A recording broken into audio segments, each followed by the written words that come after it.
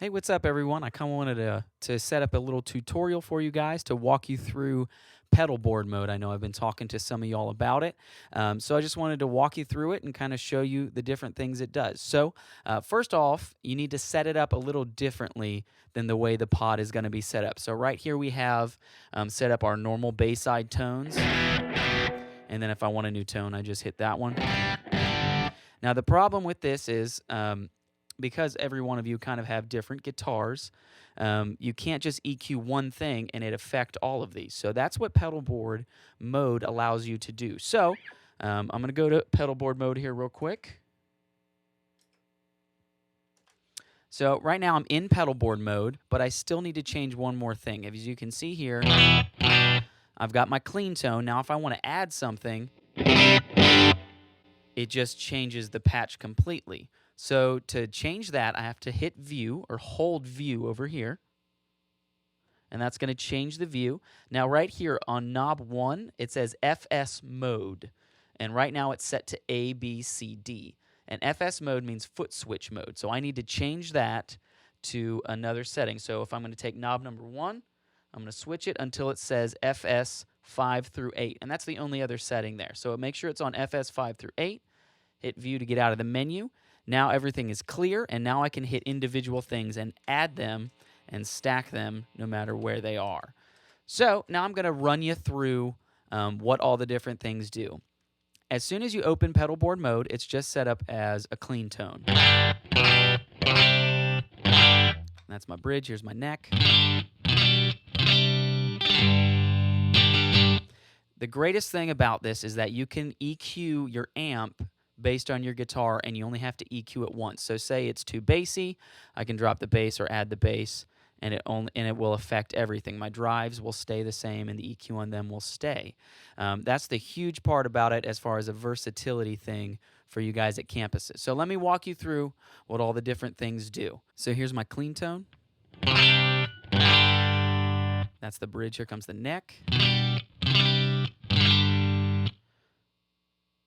And so here we go. This first button here is going to be a compressor. So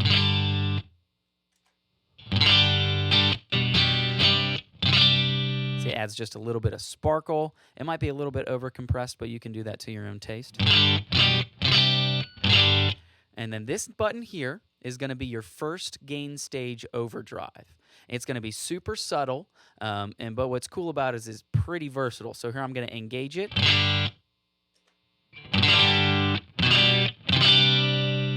Not a huge difference, but what's really great about it is that when I'm on my neck pickup, I can use it as a clean tone.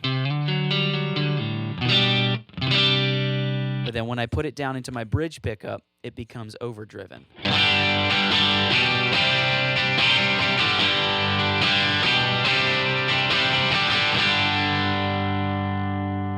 That's really perfect for commitment songs or slow songs, because a lot of times you need to be kind of clean in the bridge or in the verses, and then once you get into that big chorus, you can just change your pickup, and all of a sudden you have an overdriven sound.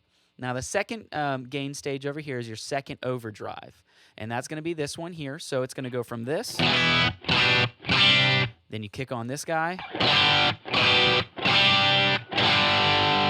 Just add some more saturation. If you want to use it as a boost, you can turn up the volume just a little bit. This is perfect for something like We Are the Free.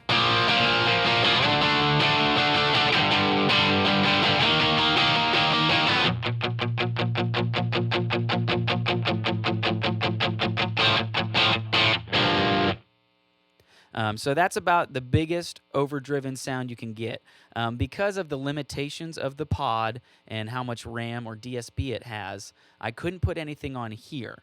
So instead of sacrificing having effects, I just gave you less overdrive options because, to be honest with y'all, we don't need a ton of overdrive. A lot of what you need will actually be sitting right here in this one with just that one gain stage, especially for songs like the Young and Free stuff that's coming out. It's mostly clean sound. So like if I'm playing a live, I'm never going out of this. So it's just perfect for the type of sounds that Young and Free is kind of coming out with. All right, so that's the overdrive section. Now I'm going to come up here to the effects section. I don't know what y'all's stuff is going to be labeled as, so they're probably not going to match up. So I'm going to start with it from here and work my way this way. Over here I've got my reverb. I'm going to engage it. It's a kind of a big reverb. I'll use it pretty much anytime I'm playing a cleanish tone. It just adds a little bit to it. Here it is without it. Then we're going to add it in. And it just adds to the sound. This next switch here is going to be a quarter note delay.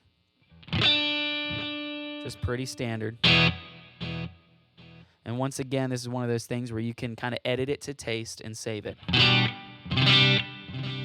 And this also works good if you're doing some big lead.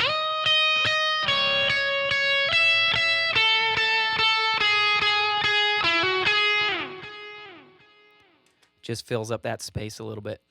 This one here is going to be your dotted eighth. So I tend to use these a lot in conjunction with each other.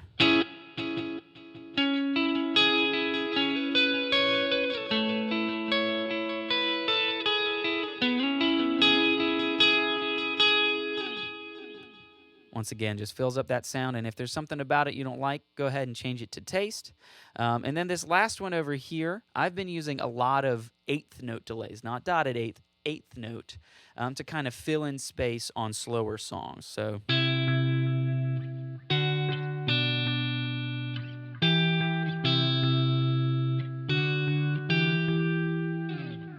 And that's also really good with swells. If you stack some delays, whether it's your dotted eighth or your quarter, it's really great to have another option for your swells.